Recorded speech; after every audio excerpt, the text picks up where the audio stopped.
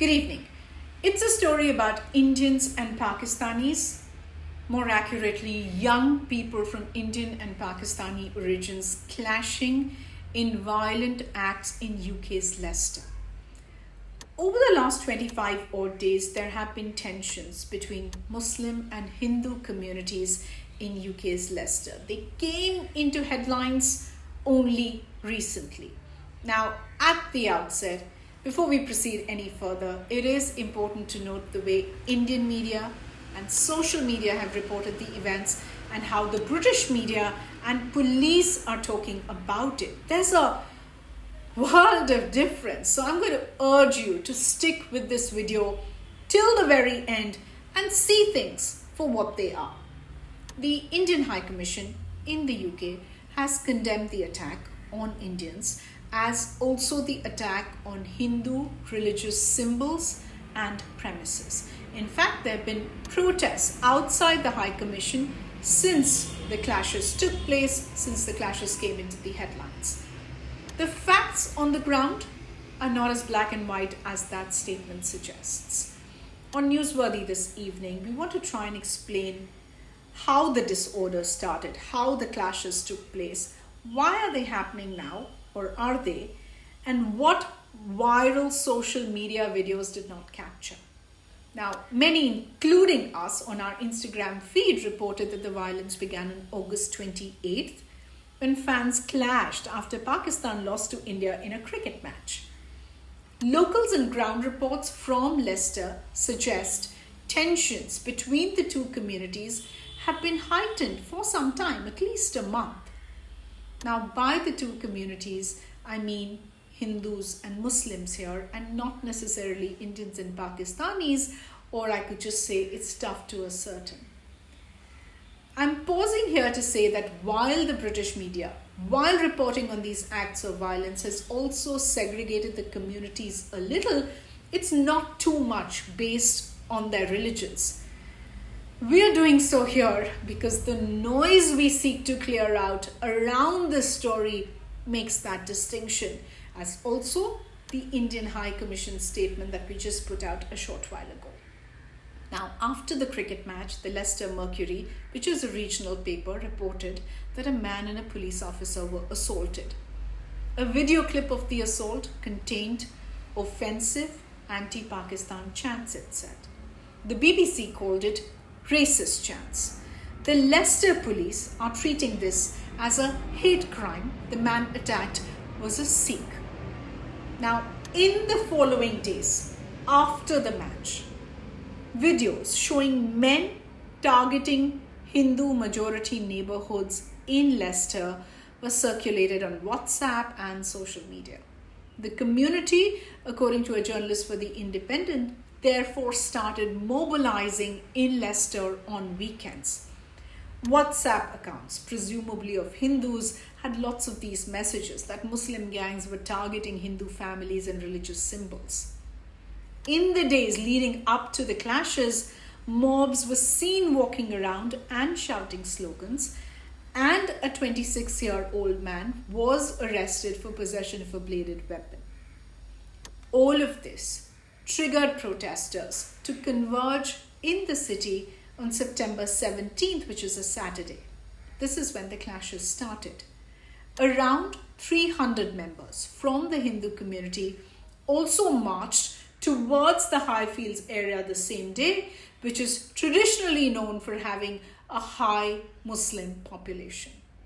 An opposing Muslim group then gathered, and the police had to issue a dispersal order, which led to a large number of breakout smaller incidents across the areas as the crowds moved. Before long, it was being claimed on social media that a mosque had been attacked, which the police said was untrue. There is, however, CCTV footage of a mosque in Leicester being graffitied, which the police are saying is unconnected to the unrest, at least till now. Leicester's mayor has been very, very clear that the tensions were fueled by social media rumors. There are videos showing a man trying to take down a flag outside a Hindu religious organization on the September 17th night. there is another one showing someone burning a flag. The UK police have only confirmed the now viral video of the flag being pulled down. The others are still being investigated. The Indian High Commission in the UK has taken note of this violence, condemned it, specifically the attack on Hindu symbols. The Muslim Council of Britain, in a letter to the High Commission, has also condemned these attacks on Hindu religious symbols and premises, but has noted the clear hesitancy to condemn violence against Muslims and Sikhs. Now, one of the reasons it is hard to verify the facts as to who exactly played what role? Well, the UK police, at least to some extent, and the media as a matter of policy are trying to steer clear of communally profiling anyone. Even the Daily Mail, which is considered the most prominent right-wing media outlet, or at least one of them, is choosing to tread with some amount of caution while reporting on this string of violence. The police are mostly using the words protesters, communities, disorder in all of their updates, which some could say is possibly a better way to calm tensions. Remember, a significant number of police personnel had been redirected from the Queen's funeral in London to keep the peace in Leicester when clashes broke out, and it did seem to have worked for the weekend. 47 people were arrested, including one who confessed to possessing a weapon. But the tension now has spilled out over from Leicester to the Midlands.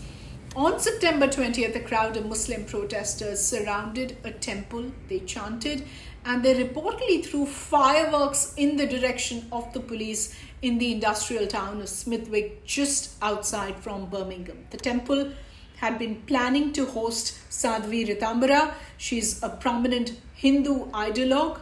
Her visit was cancelled after the clashes across the UK. She had to go to multiple venues and she was scheduled to visit. Those have been cancelled. 2 days later, on 22nd September, there was another protest outside a Durga Bhavan temple in Smithwick. Till now, 16 police officers have been injured. Faith leaders of both communities in the UK have issued a warning that the current unrest will spread all over Britain. They've called for harmony. They've demanded that the inciters of hatred leave the city alone. But remember, there are many, both back home and in the UK, who are less comfortable with nuance. The VHP has written a letter to the UK Prime Minister condemning the violence by Islamic extremists and hoodlums. Far-right British politician Nigel Farage has blamed the country's policy makers for encouraging diversity and multiculturalism, which he claims led to the violence. Some would say it's another way of saying that when you import the world, you actually import the world's problems. Well, you also import all the upsides of diversity, but who cares about that? The fact is that the facts of this story have been so obscured by armchair activists, by trolls, and by IT cells from both sides. There is also politics involved. UK politics, but also what's happening in India. In 2021, some UK Labour MPs warned that religious tension from India was spreading over to the UK. The truth is that the vast majority of British Hindus and Muslims have lived peacefully in that country for years. I'm going to stop here. I hope this gave you a sense of the origins and anatomy of this violence to some extent. If this has been useful, please share this video. Please subscribe to this channel. We'd also like you to help Newsworthy do more such work, so you can contribute. There are two ways to do that. You can go to the Razorpay link. It is in the description in YouTube or in the bio on Instagram, and make a contribution to help us do more such work. Remember, all of this takes a lot of time. It takes a lot of double checking. It takes a lot of calls to people right there on the ground. Another way to do it, help us. If you're watching this on YouTube, use the super thanks feature. It is simple, it is smart, it is super easy to do, and it's going to be a good way to show or give us a pat on the back. If you've been watching, thank you so much for your time. We'll see you again very soon.